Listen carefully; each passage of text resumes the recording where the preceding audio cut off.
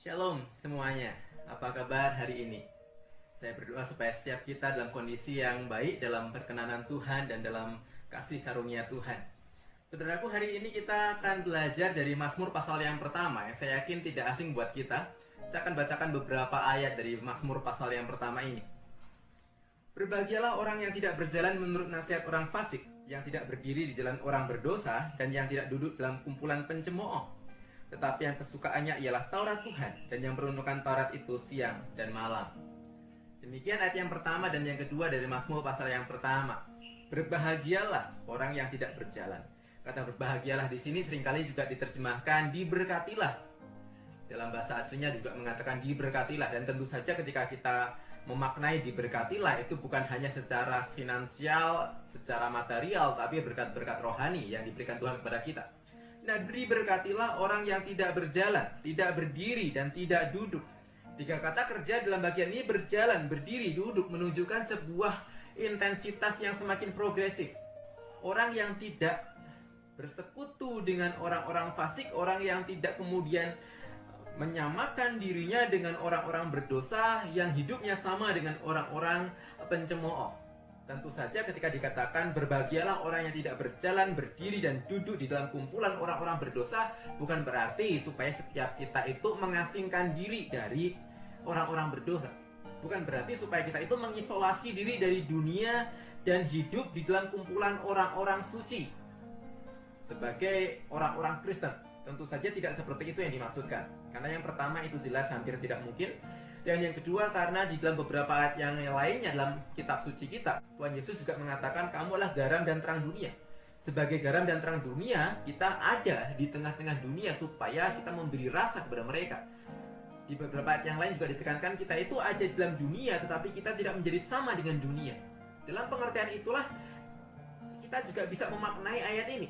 Tidak berjalan, tidak berdiri, tidak duduk dalam kumpulan pencemooh, berarti kita tetap ada di dunia, di dalam sebuah kondisi dunia yang berdosa, di mana kita setiap hari mungkin bertemu dengan orang-orang berdosa, tetapi kita tidak menyamakan diri kita dengan orang-orang berdosa.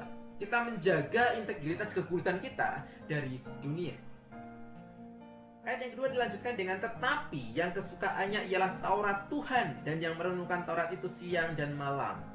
Sebagai sebuah perbandingan kontras dari ayat yang pertama, orang yang tidak berjalan, berdiri, duduk dengan kumpulan orang berdosa, tetapi yang kesukaannya ialah Taurat Tuhan dan merenungkan Taurat itu siang dan malam. Seperti itulah orang yang diberkati Tuhan. Dari dua ayat ini kita bisa melihat bahwasanya tidak cukup hanya untuk menjauhkan diri dari dunia, tetapi juga harus mendekatkan diri kepada Tuhan.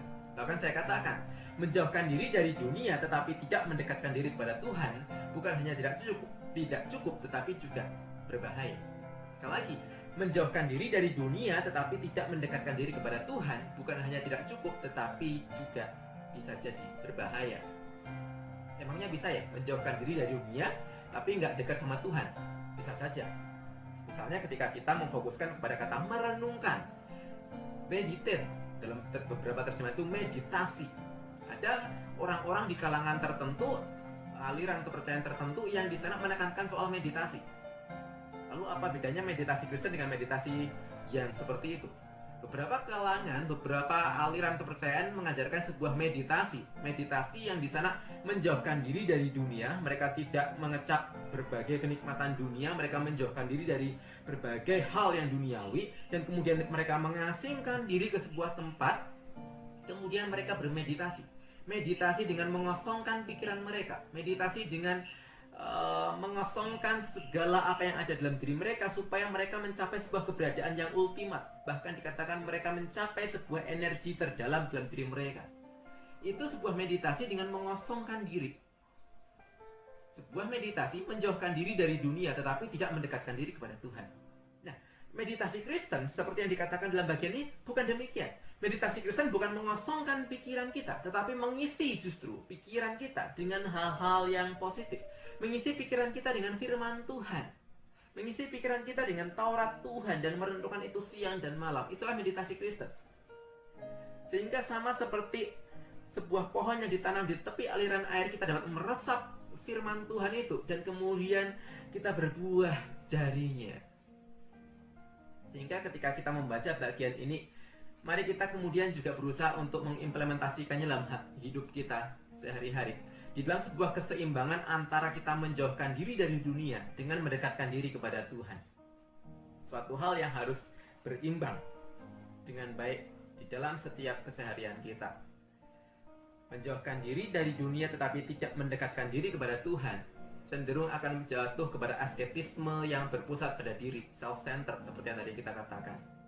Tetapi juga mendekatkan diri kepada Tuhan tetapi tidak menjauhi dunia cenderung akan jatuh kepada sebuah kemunafikan dan penyembahan yang palsu. Jadi bagaimana kita tetap mempertahankan keseimbangan dua hal ini? Menjauhkan diri dari dunia dan kemudian juga mendekatkan diri kepada Tuhan waktu demi waktu. Mari kita berdoa. Bapa, biarlah Roh Kudus-Mu yang menolong setiap kami untuk kami hidup sebagai orang-orang percaya yang dalam satu sisi kami ada di tengah-tengah dunia tetapi kami menjauhkan diri dari sifat-sifat dunia. Kami tidak sama seperti dunia tetapi juga tidak berhenti sampai di situ. Kami mau mengisi hati kami, pikiran kami, hidup kami dengan firman Tuhan. Kami bukan hanya menjauhkan diri dari dunia tapi kami juga mau mendekatkan diri semakin hari semakin dekat dengan Tuhan.